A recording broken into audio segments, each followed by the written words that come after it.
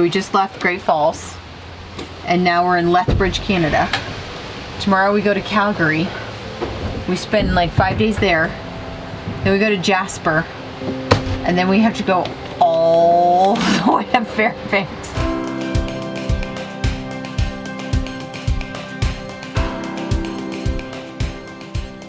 You pulled a prank on me. No, I didn't. Hi. How are you? I'm great. How are you? Time you said, you know what, Carson? You win. You win. I'm giving up because you're too good. I love you. Have fun. Yeah.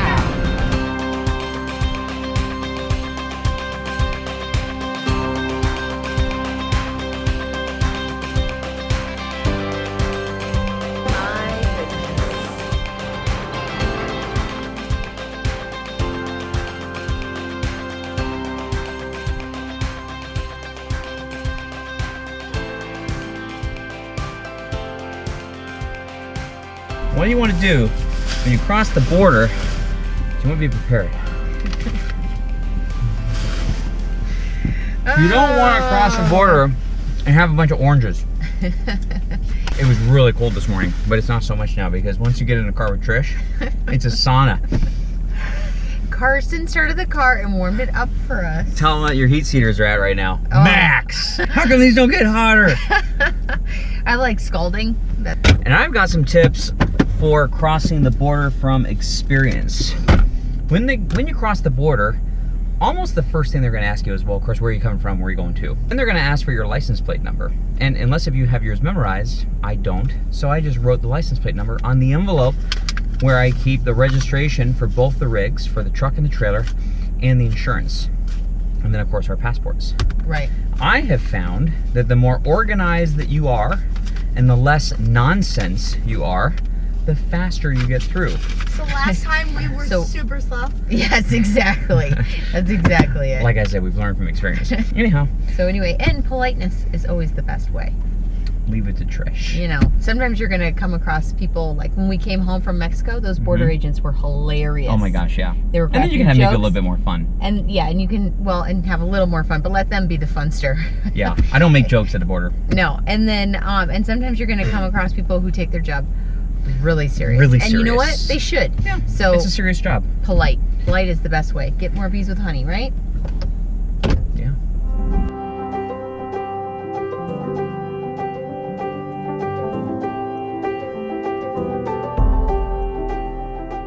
I don't know what our deal is with borders and oranges, but we are always filled to the rim. Packed and loaded. We are loaded with oranges when it's border crossing day. So I have been doing a good job thus far, keeping track of all the fuel in our Google Sheet. And so this is the 5th fill-up we've done. It is June 10th, 2018. I've just entered in the miles at 20,218. The miles, the price per gallon is $3.53. That'll be the cheapest gas we buy in a long time. Our miles per gallon has been about 9.6. We have driven, since we left Arizona, 1,648 miles. Really? Already? Yeah. That's impressive. Our average fuel price has been $3.36. Our total gallons used has been 138. And our total cost is $460. All right, so let's talk. We've already shared some of our border crossing tips. Here's another tip for you. Have all your windows down when you roll up, because they're gonna ask for you to put all your windows down. And I think it's better to just be... Sunglasses up, windows down. Your glasses are off and your windows are down. They want to see you. And so I feel like, my personal opinion from doing this so many times, is that the more things they have to ask you to do, just the more complicated you are.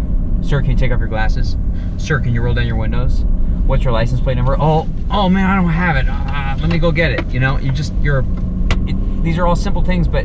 Oh no. Oh my, are you joking me? What is our deal?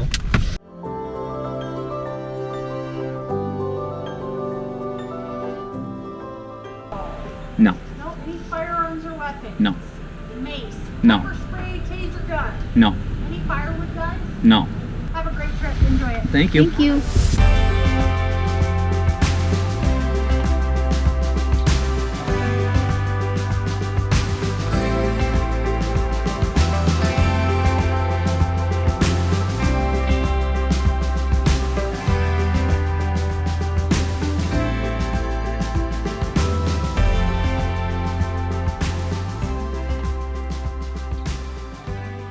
Okay, we're all set up in our RV site in Calgary. We're staying at Bow River RV Park.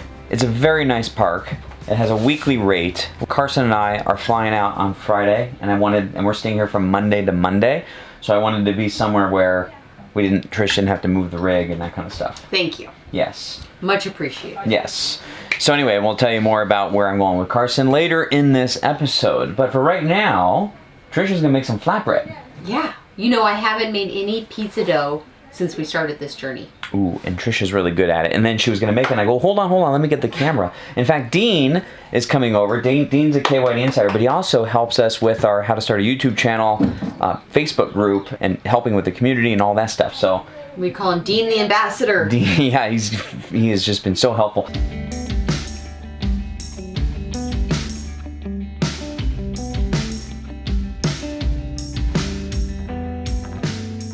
We're gonna let the dough sit and relax for like 10 minutes because I just got done kneading it, and then it's gonna get all puffy again, and then I'm gonna spread it out. I'm excited.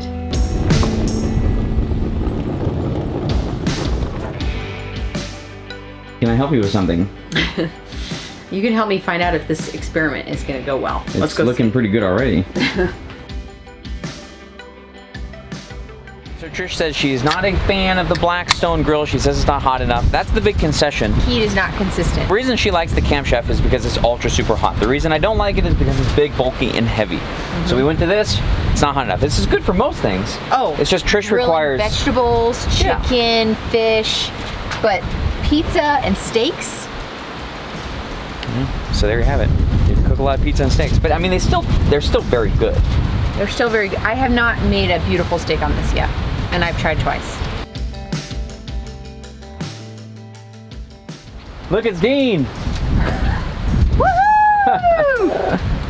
Hey Chuck, get the handshake on camera. Hey, how are you? I'm great. How are you? Okay, we need to go stretch our legs. We've been editing. You've been editing nonstop. I've been coming in and out, and we have just been super busy getting our chores done. And we've got a guest. Dean's with us.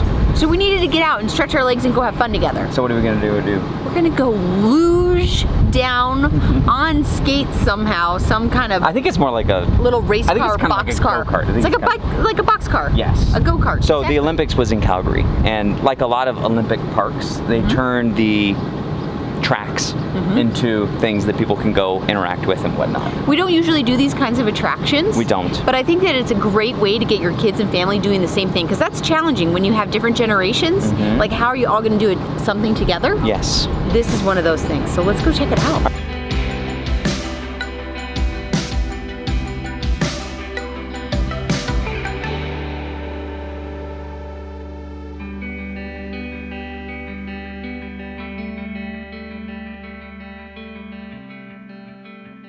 Okay. Trish and I are up at the top of the Skyline Luge. All of this beauty was created in '88 for the Winter Olympics. And it really is beautiful up here. It is so beautiful. Now, I will be completely candid. I thought this was going to be a bit touristy, and when I was on the ride, the chairlift going up, I looked down at the people and I'm like, maybe this is for like 7 or 8 year olds, you know, and not necessarily Carson and Caleb. But as it turns out, someone got it handed to them on the way down. Carson beat me good. And I'm a little surprised because between my camera bag and me, I'm at least 100 pounds heavier. Yeah, maybe. And I'm a little surprised you beat me. It was. Did you have fun? I had a blast. We've already gone once. We're gonna go one more time. Yeah. This time I'm gonna go with Trish and Dean so that I can record them. But it's hard to record because everything's so shaky and fast. But well, and you have to have your hands on the thing the whole time. There's no taking your phone out or any of that. Well, actually there was once, and I almost flipped it. So I'm like, I'll just clip that back on there and use 2 hands.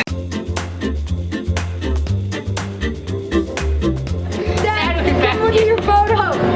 Look at your photo. My second ride, I beat Caleb. Okay. One thing was, I looked behind me and I saw you like 500 meters behind me, and you're like, meters. Look at this guy. Look at this Canadian. He's already using meters. You know what, Carson? You win. You win. I'm giving up because you're too good. That's not exactly what I said. Trish, what's the plan? the plan is to hang out with this awesome Dean here. Sporting his goods as long as possible. We're gonna go find some good eats, right? Sure. Yeah, we're gonna go find some good eats.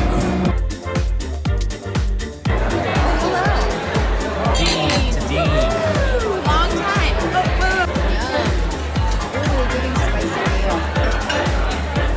see they're hot. I see they're hot. Off to the Calgary International Airport. Where are you headed, babe? I am dropping Carson off at a 6-week summer camp aviation program. So it looks like it's just Trish, me, and Caleb to Alaska. That's the plan. And then there were 3. Yes. And then I come back on Father's Day, and if you recall, this time last year on Father's Day, we were in Bend, Oregon, and that's when I picked up. That's when Carson picked up. Carson's giving me a little Father's Day wand. Like, Father's Day, stop doing that, Caleb. And I still have it. So don't think that I'm not gonna use it, because it's Father's Day weekend. It's Father's Day weekend, the wand said. How's your hair? Is your hair good? Can we take a picture now? See ya. Where I want to be ya. I love you. Have fun. Yeah.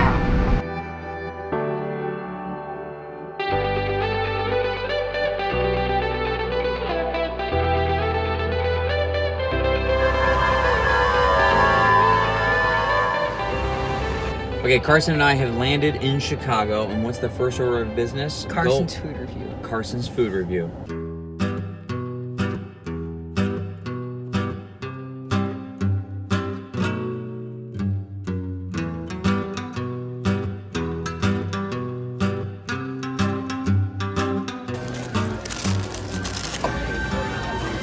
Let me make a little observation right here.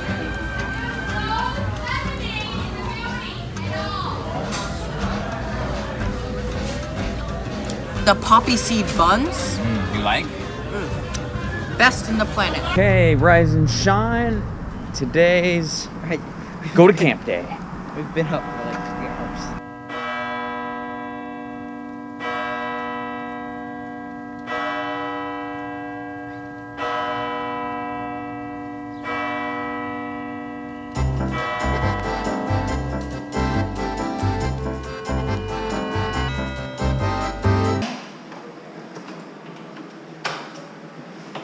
All right, just dropped Carson off at the aviation barracks, and I think he was a little nervous at first, kind of not really, and then after about an hour or two, we got things squared away and whatnot, and he was like, all right, Dad, kind of don't need you here anymore.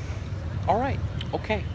I guess I'll be on my way then. So the aviation color here is red, as you can see. That's not his group, but it's back there. It's a beautiful campus, and I think he's gonna have a lot of fun in 6 weeks. And by the way, I am talking to his cell phone. We're taking 6 weeks, no cell phone, no Fortnite, no anything. That is gonna be a very interesting experiment in and of itself.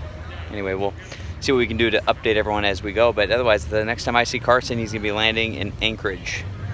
Pretty cool. Yes, I see you behind the RV.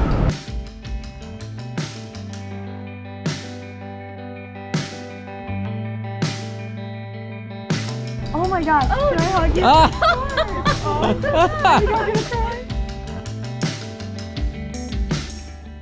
I am back from dropping off Carson. What an experience. That was a big trip. It was a big trip. But the whole process of like trying on uniforms and going through the campus and getting Carson acclimated, it was pretty cool. But you know he what? took it on like really stellar. He took it on fine. I was there for 2 or 3 hours and, helping him move in and get organized and get the bed made and do all that stuff. But, toward the end he was like, all right, Dad, I'm good. You don't need to be here anymore. I'm like, all right, see you later. Okay then. My dad said, when do you expect to get a call from him? I'm like, well, Carson's not really like Tori. Here's a picture of my coffee. Here's a picture of the building I saw. Here's a picture of the walk I took. Yes. So I suspect we'll talk to him in 6 weeks. No, he'll call before that. I suspect in 3 days he'll be like, all right. No, that's me. That's me. Mom.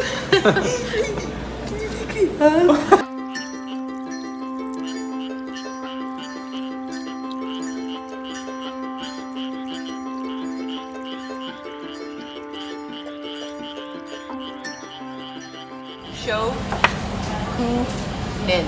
There we go. It's supposed to be a very not fancy. It's supposed to be a super fun, cool way to eat. And it is. In fact, we elected to sit up at the bar right in front of the grill. And apparently, it looks like they're grilling everything, just like you said, in small quantities and bringing right out to the table hot. Yes. All right, so this is going to be fun. To eat? It does. And you know what sounds even better? What? Trish ordering. Actually, I think the waiter ordering for us. Oh, let's do that. Would be a good idea. I love you very mucha. Yum.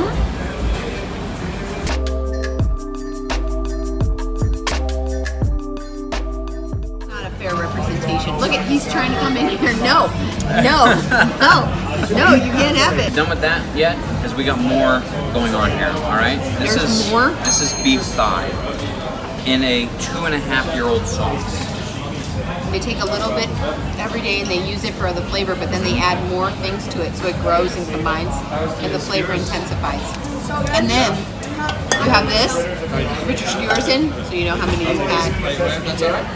I don't know if there's like a stopping number because the food is so good. I don't know how you go home after this and cook anything. I don't know how we eat anywhere else. This one has a raspberry liqueur in it, so it's like a whiskey sour but sweeter. And then this is like a ginger and gin. It's so good. Well, it's a scallop, but it's in miso butter. It's on the authentic Japanese coal, and it's still simmering.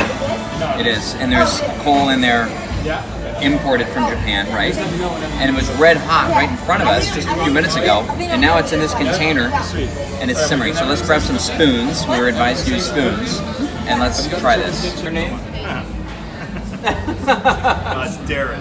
Darren. McLean, yeah. It's so nice to meet you. Artist. No, Not a chef. just a cook. No, artist. Nice try. I'm a cook. He's a chef.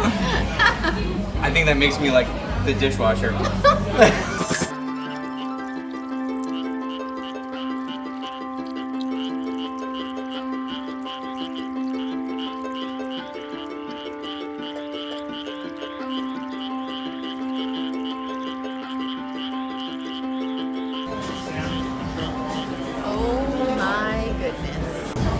So here's a tip. Okay. If you come to Shokunin, and you should, if you come here, lean on your waiter. He or she will guide the way. Because everything we've tasted here tonight is phenomenal, but I don't know that we would have known what to order. Well, but they helped. Now, I don't use menus at all, and I don't know if we've ever had that conversation. But I don't use menus at all. I use Trish, and if Trish is not available, I always use the waiter. But this is a restaurant where you definitely want to just ditch the menu and say, bring me some food. Yes. And you're not going to be disappointed. And everything comes in these bite-sized forms, and everything is a new taste. And everything kind of goes Everything together. is exciting. It really is great. All right, well, this was fun. This was. Happy Father's Day! Oh, thank you. It feels like cheers. Cheers. It feels like my body. We done? I guess we have to be. Can we walk? How far away? Hopefully we parked about 10 miles away. Yeah, because we need to walk.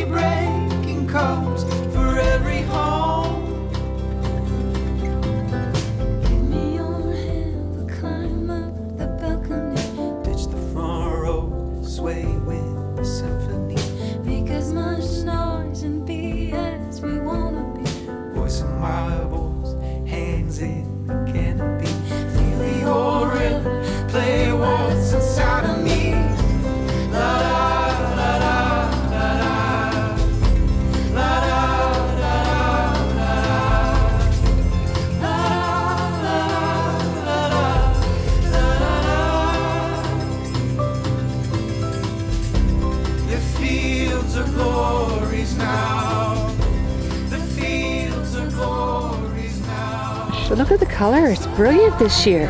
There, taste. Yeah, this Have a taste. garden's great. It's mild onion. This is a nice one. See? That is onion. Yeah. That is awesome. So everyone comes here and they get their own plot. and they can grow whatever they want. They can put flowers, they can grow all sorts of different things. We were talking to a gentleman down here named Ryan, and he kind of gave us the 411 on the community garden situation. Let's see what Trish thinks. Are you kidding? It's amazing. It's gorgeous too. Look how gorgeous it is. I have a bazillion pictures of everything that's growing in here. It's so neat. Totally unexpected. Totally unexpected is really the best part of it. Yes. Walking back to the rig, and then there's a community garden. And then we How decided, cool. and then Kayla went in, and then I followed him. And we've been here for 40 minutes. Yeah, you'll be on an adventure if you follow Caleb. Taste it. What is it? Part of it? Just like this? Yeah. Just bite it.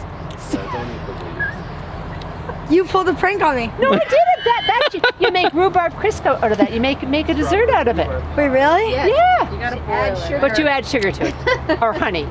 Or honey. Yeah, it's a good idea. Oh, you should put sugar cane with this and bite them together. That'd be good. Yeah. Yeah, perfect. There was inside of me